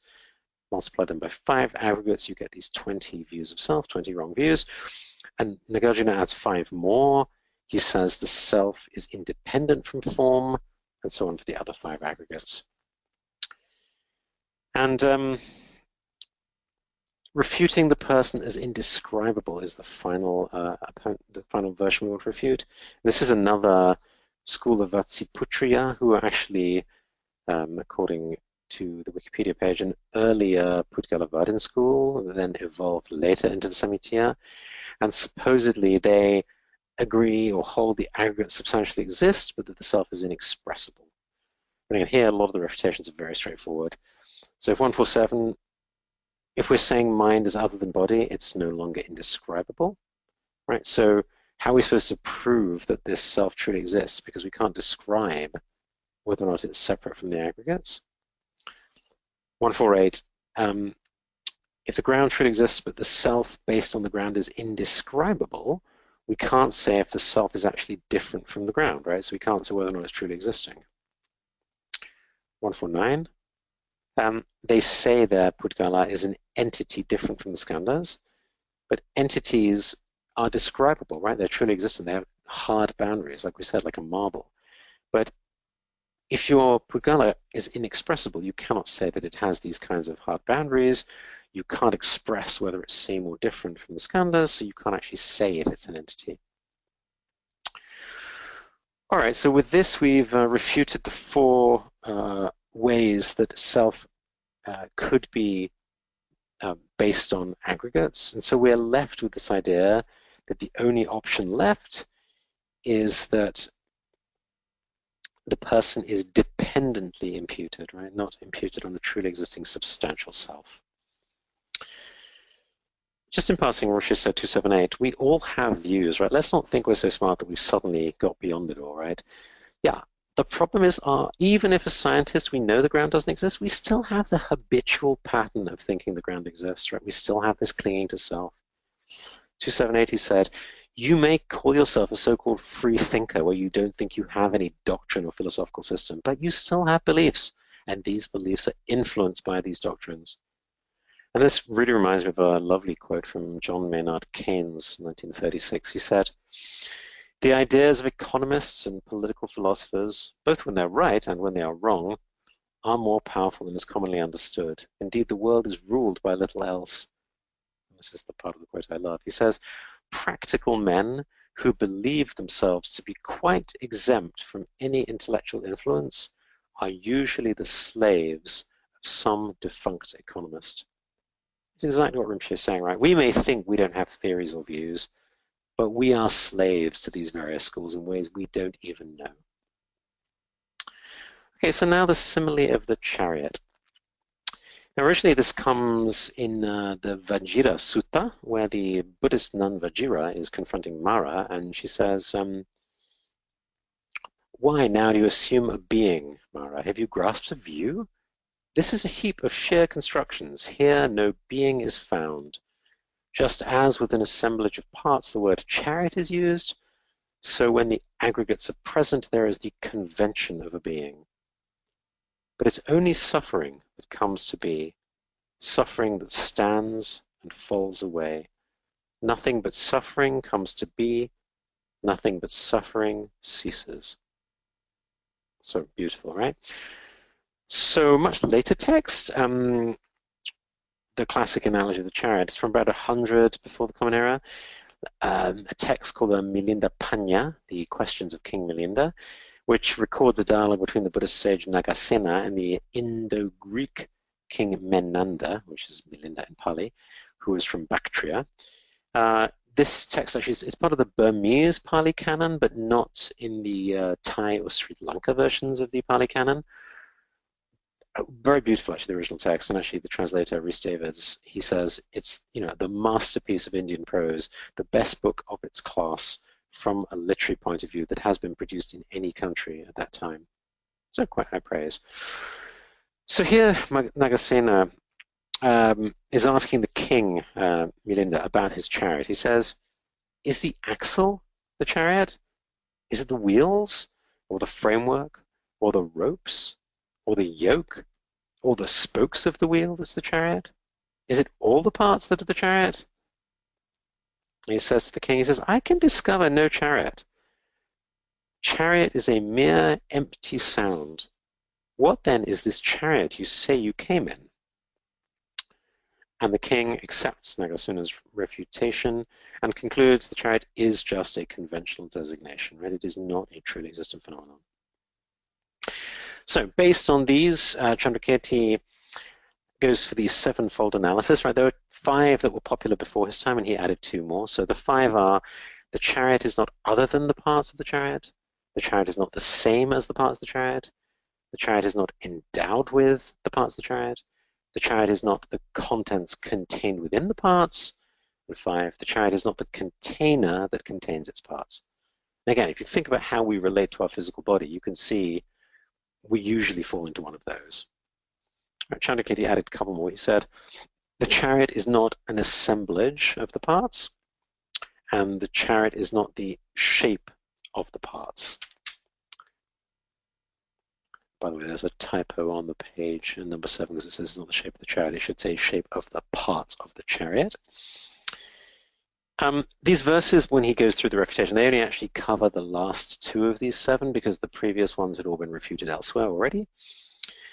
Pretty straightforward. 152, if it's a collection of the parts, it should still be the parts when disassembled, but it's not, right? It's back to the example of the jigsaw, which is indeed, once you start taking parts out, it looks the same, whereas the computer, you cannot take it apart, right? You lose the computer nature. 153, 154, is it the shape of the individual, as in the unassembled parts? Well, no, because, if a chariot, the wheels are round, there are some long, thin parts, there are some spiky parts, some flat parts, but when you put it together, the shape of the chariot is not the same as the shape of the parts. And 154, if indeed it was, then you should see the parts changing shape. The wheel should change shape to become the chariot, but it does not do that. Right, 155, 156, is the chariot the shape of the assembled parts? Well, here our opponent says the chariot is a transitory collective, like a forest. They don't believe those things truly exist. So chariot likewise doesn't exist. And if it's a truly existing thing, it cannot have properties or characteristics, right? How could it be said to have a shape? So I hear the opponent says, well, the imputed result, the shape, arises based on an imputed transitory collection. And Chandrakirti says, well, yes, fine, exactly. This is how dependent arising works, right? Unreal results come from unreal causes. 157, same is true for all real phenomena, like a vase, also not truly existing because it's a collective of atoms, but the same applies. 158, and very important, because here we say the chariot is imputed conventionally without analysis, right? So that's Chandrakirti's conclusion. He does not say it exists conventionally. He says it's imputed conventionally. And I think really, really important when we use our language and talk about conventional truth, we talk about phenomena existing. We talk about the self existing conventionally. That's very dangerous, according to Chandrakirti, right? Because we just fall back into habits of thinking it's really there.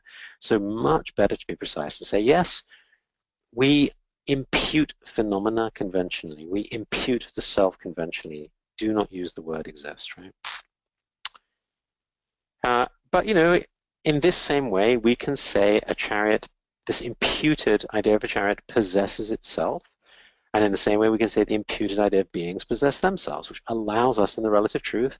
Chariot can, Chandrakirti can say, well, just as the king can say, bring me my chariot, Chandrakirti can say, bring me a glass of water, right? We can refer to these imputed phenomena. We can infer that they have an imputed identity. They possess themselves, right? They're aggregates. So 160, what are the benefits of this sevenfold analysis? Well, firstly, it introduces the true nature. Right here it says the yogi realizes there is no base, and then he can easily enter suchness. That's what we were saying earlier, right? Once you realize there is no base for your narrative, your story of self, it's then easy to change the story because the story is arbitrary. You don't need to undo it in some painful way. You don't need years of therapy to undo your story. You can just change it, right? And likewise, especially, you don't need to be like, the ascetics that feel they need to undo the aggregates through, physical privations and so forth, right? You don't need that because neither the story nor the aggregates, none of that is the basis for this idea of self, right? Yes, okay, we know that changing the story is hard. We know that coming up with a new baseless story of self is not easy because it's a habit and changing habits is hard. But the really good news is there's nothing else. It's just habit, right? There's nothing holding the habit in place. We can change it, right? Which is very, very empowering. Okay, 161. Similarly, we can refute the notion of things with parts, right? So if there's no possessor, there's no whole, then we cannot speak of the parts, right? It's a bit like saying, if you don't have children, we cannot speak of you as being a parent, right? You're not the parent until you have children, right? If there's no truly existing whole, it has no parts. 162. Similarly, during dependent arising, we talk of agent and action and so forth, right? And actually, interestingly here, the verse says we can conventionally talk about the 5 aggregates, the 18 dhatus, and so forth. We can say the self possesses them. And just repeating this idea that, when we say unanalyzed, Chandrakirti is saying in the unanalyzed state, we can still talk of all these dhatus and aggregates and all the rest, right? Which is not language the cowherd would use, right? So we're not saying you have to be an ignorant, uneducated being. You can still have theories of the relative, right? So you can have ideas of the aggregates. You can have dhatus. You can be a modern Westerner with theories of how to be a good neurosurgeon. All of that is fine, right? You can be a scientist as long as you are not seeking to establish the ultimate, right? So when we use this word unanalyzed, we're not saying you can't have a theory, you can't use analysis in the conventional. Of course you can, right? It's just that you can't use the analysis that is seeking to establish the ultimate. So I really hope I made that clear. And again, it came up on 290. There was a question about a car mechanic. Someone was asking, look, if I go to a mechanic, he finds something. He has a theory of how the car works. Rinpoche says, look, he would not say it's a truly existing problem. He won't speak in terms of self-arising, other arising, or anything like that. And he says, as long as you do not fall into those extremes, you are innocent. Yes, like as we said earlier, like scientists, you're still an ignorant sentient being. You're still an object of compassion. We still want to teach you the path, right? But it's only if you find something truly existing that you become an actual opponent. Actually, a student at that time joked, he said, imagine the mechanic did discover a truly existing problem. Then he could stop working and become the professor that explains the ultimate car problem, right, that cannot be fixed because it's a truly existing problem. But of course, we know that's never going to happen because there are no truly existing problems, right? So he can analyze and he won't find anything like that. Right, 173. So 163 on page 285. At the time of analysis, all elaborations are stopped. Right, beautiful verse. Not substantially existing, not unchanging, not arising, not ceasing, not changeable, not characterized by permanence or any extreme, not identical and not different from the skandhas. Right? If we have a self that doesn't exist, as we already said, we can't say anything about it. Right? So back to the breakdown of thought and language. Very, very similar to the Heart Sutra, right? In emptiness, there is no form, no feeling, no perception, no formation, no consciousness, no eye, no ear, no nose, no tongue, and all the rest, right? 164, self-explanatory. Belief in self arises from ignorance. 165, similarly, there is no belief in mind, no grasping to self or objects, so the yogi is liberated. 166, 167, all objects similarly dependently imputed.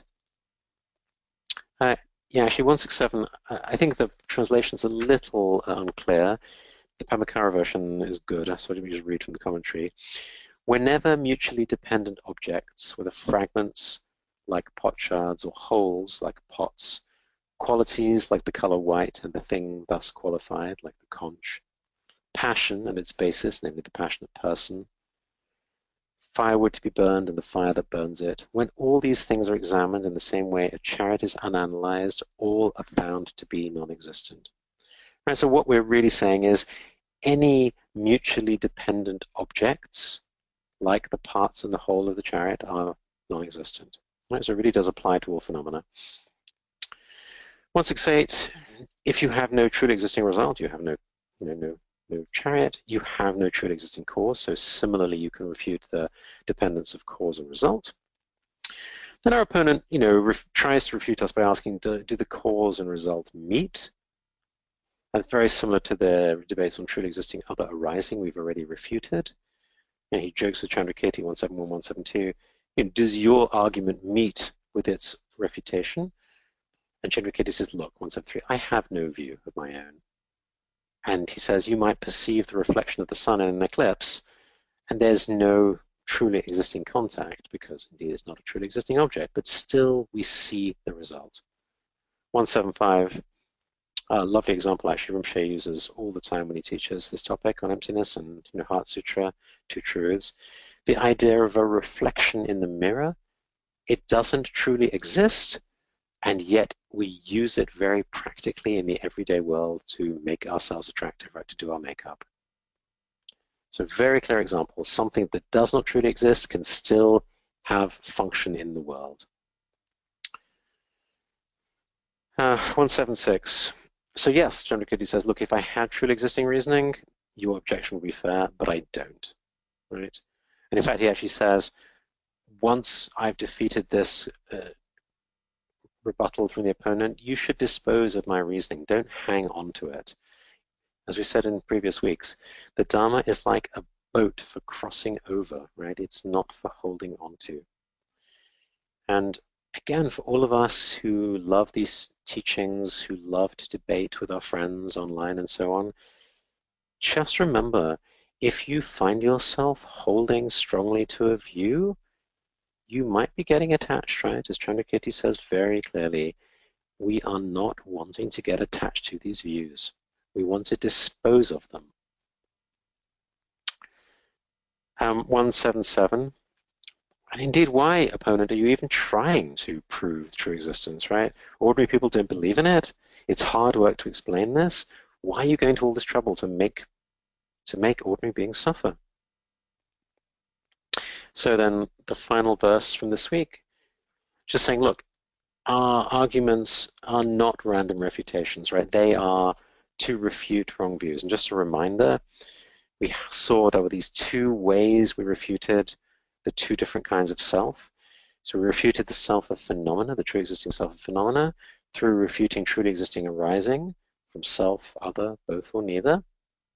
And we've just refuted the truly existing self of the person by showing that self and aggregates are neither same nor different, nor support and supported, nor possessor and possessed.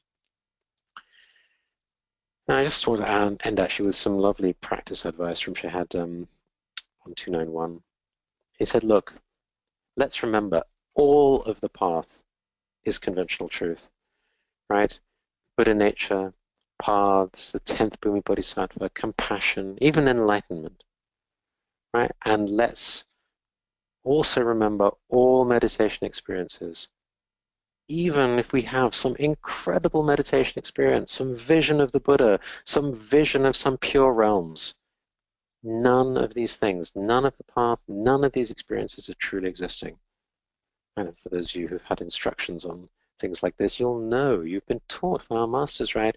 We should never cling to experiences. We should leave them behind like spit in the dust. And so, like Padampa Sanjay's story of the horse and the donkey, hopefully now we really understand why non-clinging is the heart of our Madhyamaka practice, right? It is the horse practice. But as we've seen, it's very, very difficult because we're so attached to our path. We're so attached to our experience and our devotion and all the rest. So, as Padampa Sanjay said, we're going to find ourselves falling off our horse all the time. So let's always take our donkey with us for those times when we fall off the horse. So with that, I wish you a good week of practice. I aspire you will be able to practice riding your horse this week, but if not, at least ride your donkey. And I look forward to seeing you again next week.